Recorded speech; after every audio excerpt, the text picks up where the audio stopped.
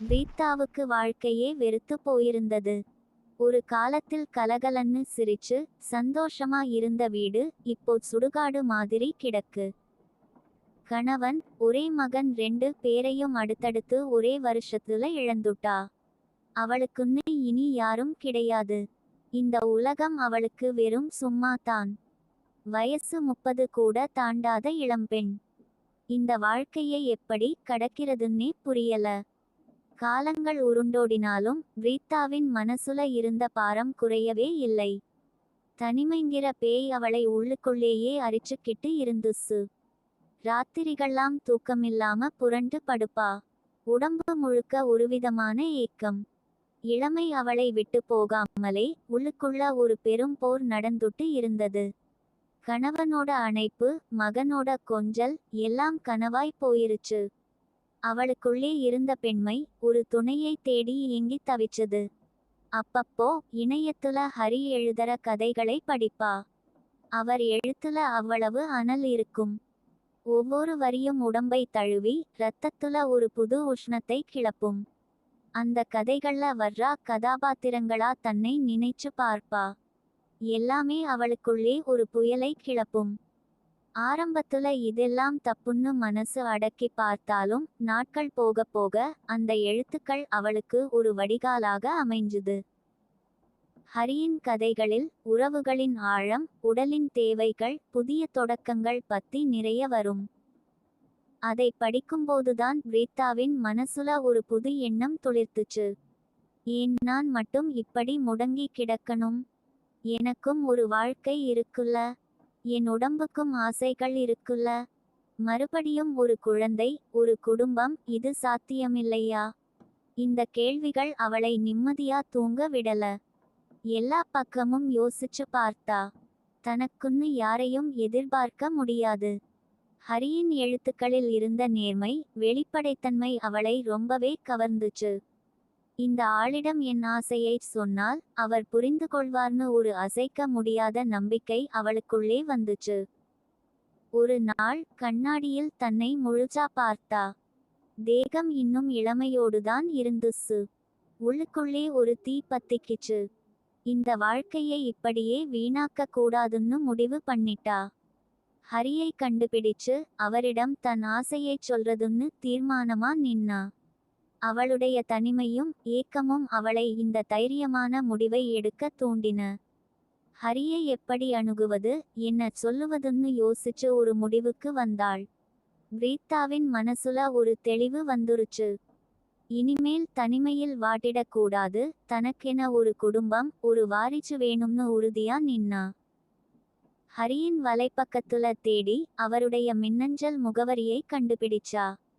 கைகள் நடுங்க, இதயத்துடிப்பு அதிகரிக்க ஒரு கடிதம் எழுத ஆரம்பிச்சா. அவள் எழுதின ஒவ்வொரு வார்த்தையிலும் அவளுடைய ஏக்கமும் தனிமையும் புது வாழ்வுக்கான தாகமும் தெரிஞ்சது. தன்னுடைய நிலையை விளக்கினாள். கணவனையும் மகனையும் இழந்த துயரத்தை சொன்னாள். அப்புறம் ஹரியின் கதைகள் தன்னுடைய மனசுல ஏற்படுத்திய தாக்கத்தை சொன்னாள். உங்க எழுத்துக்கள் என் உடம்பையும் மனசையும் தூண்டுச்சு. அதுல ஒரு நேர்மை இருந்துச்சு. அதனாலதான் இந்த தைரியமான முடிவுக்கு வந்தேன் அப்படின்னு எழுதினா. கடைசியா தன் ஆசையை நேரடியாகச் சொன்னாள். எனக்கு ஒரு குழந்தையை தாருங்கள். ஒரு புதிய குடும்பத்தை உருவாக்க எனக்கு உதவுங்கள். என் உடம்பின் ஆசைகளுக்கும் என் மனதின் ஏக்கங்களுக்கும் நீங்கதான் தீர்வுன்னு நம்புறேன். இது ஒரு வியாபார ஒப்பந்தம் மாதிரி இருக்கலாம், ஆனால் எனக்கு இது வாழ்க்கை. ஒரு குடும்பம், ஒரு குழந்தை, இதுதான் என் இப்போதைய ஒரே கனவு. கடிதத்தை அனுப்பிவிட்டு காத்திருந்தாள். ஒவ்வொரு நிமிஷமும் ஒரு யுகம் போல நகர்ந்தது. ஹரி என்ன நினைப்பார்? ஒருவேளை கோபப்படுவாரோ? இல்லன்னா தன்னை பைத்தியக்காரின்னு நினைப்பாரோ? இப்படி பல கேள்விகள் அவளை வாட்டி எடுத்தன. 3 நாட்களுக்கு பிறகு ஹரிட்ட இருந்து பதில் வந்தது. பிரீத்தா பயந்து நடுங்கினாள். அதே சமயம் ஒருவித எதிர்பார்ப்பும் அவளுக்குள்ளே இருந்தது. கடிதத்தை பிரித்து படித்தாள். ஹரி ஆரம்பத்துல அவளின் துயரத்துக்கு ஆறுதல் சொல்லியிருந்தார். அப்புறம், உங்கள் கடிதம் என்னை ஆச்சரியத்தில் ஆழ்த்தியது. இப்படி ஒரு கோரிக்கையை நான் என் வாழ்வில் சந்தித்ததில்லை. உங்கள் நேர்மையை பாராட்டுகிறேன். உங்கள் வலியை நான் புரிந்துகொள்கிறேன் அப்படின்னு எழுதியிருந்தார். பிரீத்தாவுக்கு நிம்மதியா இருந்தது. அவர் கோபப்படவில்லை. அடுத்து, உங்களுடைய ஆசையின் ஆழம் எனக்கு புரிகிறது. ஒரு குடும்பம், ஒரு குழந்தைக்கான உங்கள் ஏக்கம் நியாயமானது. நான் ஒரு எழுத்தாளன் மட்டுமே. என் கதைகள் ஆசையையும் உணர்வுகளையும் தூண்டலாம், ஆனால் நிஜ வாழ்க்கையில் இது ஒரு பெரிய பொறுப்பு என்று குறிப்பிட்டிருந்தார். பிரீத்தாவுக்கு மீண்டும் ஒரு பயம் தொற்றிக்கொண்டது. அவர் மறுத்துவிடுவாரோ? ஆனால் அடுத்த வரிகள் அவளை திக்குமுக்காட வைத்தன. நான் உங்களை சந்திக்க விரும்புகிறேன். நாம் நேரில் பேசலாம். உங்கள் மனதின் ஆழத்தையும் உங்கள் உடலின் தேவையையும் நான் புரிந்து கொள்ள விரும்புகிறேன். ஒருவேளை என்னால் உங்களுக்கு உதவ முடியுமோ என்னவோ. என்னை பொறுத்தவரை ஒரு பெண்ணின் ஆசையை பூர்த்தி செய்வது ஒரு கலை. அதற்கான சூழ்நிலை சரியாக அமைந்தால் நான் அதைச் செய்யத் தயாராக இருக்கிறேன். பிரீத்தாவுக்கு தலைகால் புரியவில்லை. ஒருவித சிலிர்ப்பு அவள் உடம்பை ஆட்கொண்டது. சந்தோஷத்தில் அவள் கண்கள் கலங்கின. ஹரி சம்மதித்திருந்தார். அவள் புதிய வாழ்க்கையின் முதல் படி எடுத்து வைக்கப் போகிறாள். ஹரியைச் சந்திக்க வேண்டும், அவரோடு பேச வேண்டும் என்ற ஆவலில் துடித்து போனாள். தனது உடலின் ஒவ்வொரு அங்கமும் ஹரியின் வருகைக்காக இயங்கத் தொடங்கியது. ஒரு புதிய அத்தியாயம் அவளது வாழ்வில் தொடங்கப் போவதை உணர்ந்தாள். ஹரியைச் சந்திப்பதற்கான நாள் குறிக்கப்பட்டது. பிரீத்தாவுக்கு நிம்மதியே இல்லை. என்ன பேசுவது, எப்படி நடந்து கொள்வது என்ற குழப்பத்திலேயே இருந்தாள். இருந்தாலும் அவளுக்குள் ஒரு புது தெம்பு வந்துருச்சு. கணவனை இழந்ததுல இருந்து அவளுடைய பெண்மை உறங்கிக் கிடந்தது. இப்போ ஹரியின் வருகை அவளுக்குள்ளே ஒரு புத்துயிரை கிளப்பியது. சந்திப்புக்கு ஒரு நாள் முன்னாடியே பிரீத்தா தன்னை அழகுபடுத்திக்க ஆரம்பிச்சா.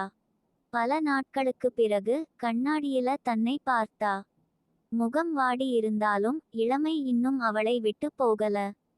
பளபளன்னு குளிச்சு புது உடை உடுத்தி ஒரு இளம்பெண் போல தன்னை அலங்கரிச்சுக்கிட்டா. அவள் மனசுல ஹரிக்கு என்னை பிடிக்கணுமேங்கிற ஒரு சின்ன ஆசையும் இருந்துச்சு. குறிப்பிட்ட நாள் வந்தது. ஹரி பிரீத்தாவின் வீட்டுக்கு வந்தார். கதவு திறந்ததும் பிரீத்தா அவரை ஒரு கணம் உற்று பார்த்தாள். ஹரி அவள் கற்பனையில் இருந்ததை விடவும் கம்பீரமாகவும் வசீகரமாகவும் இருந்தார். அவர் கண்களில் ஒருவித தீவிரம், அதே சமயம் ஒரு சாந்தமான புன்னகை. பிரீத்தாவுக்குள் ஒரு நடுக்கம். வாங்க ஹரி என்று மெல்லிய குரலில் அழைத்தாள்.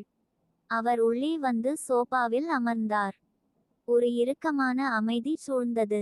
பிரீத்தாவின் இதயம் படபடத்தது. ஹரி மெதுவாக பேச ஆரம்பித்தார். உங்கள் கடிதத்தை படித்தபோது உங்கள் வலியும் ஏக்கமும் எனக்கு புரிந்தது. ஒரு பெண்ணின் மனசுல இவ்வளவு ஆழமான ஆசைகள் இருக்க முடியுமான்னு யோசிச்சேன். உங்க தைரியத்தை பாராட்டுகிறேன் பிரீத்தா. பிரீத்தாவுக்கு என்ன பேசுவதென்று தெரியவில்லை. நன்றி ஹரி. நீங்க வருவீங்கன்னு நான் எதிர்பார்க்கல. என் கோரிக்கை கொஞ்சம் வினோதமானதுதான் என்று தடுமாறினாள். ஹரி மென்மையாகச் சிரித்தார். வினோதமானதுதான், ஆனால் நியாயமானது. ஒரு பெண்ணுக்கு ஒரு குடும்பம், ஒரு வாரிசு வேணும்னு நினைக்கிறது இயல்புதான். துரதிர்ஷ்டவசமா நீங்க இழந்தது பெரிய இழப்பு. அதனால்தான் இந்த முடிவுக்கு வந்திருக்கீங்க. நான் அதை மதிக்கிறேன். அவர் வார்த்தைகளில் இருந்த நேர்மை பிரீத்தாவின் பயத்தை போக்கியது. எனக்கு வேற வழி தெரியல ஹரி. என் வாழ்க்கை இப்படி முடிஞ்சு போகக்கூடாதுன்னு தோணுச்சு. எனக்கு ஒரு குழந்தை வேணும், ஒரு புதிய தொடக்கம் வேணும் என்றாள் கண்கள் கலங்க. ஹரி அவளின் கைகளை பற்றினார். கலங்காதீங்க பிரீத்தா. நான் இங்க இருக்கேன். உங்க ஆசையை நான் புரிந்து கொள்கிறேன். ஆனால் இது ஒரு உணர்வுபூர்வமான விஷயம். ஒரு குழந்தையை உருவாக்குறதுக்கு உடல் ரீதியான தொடர்பு மட்டும் போதாது.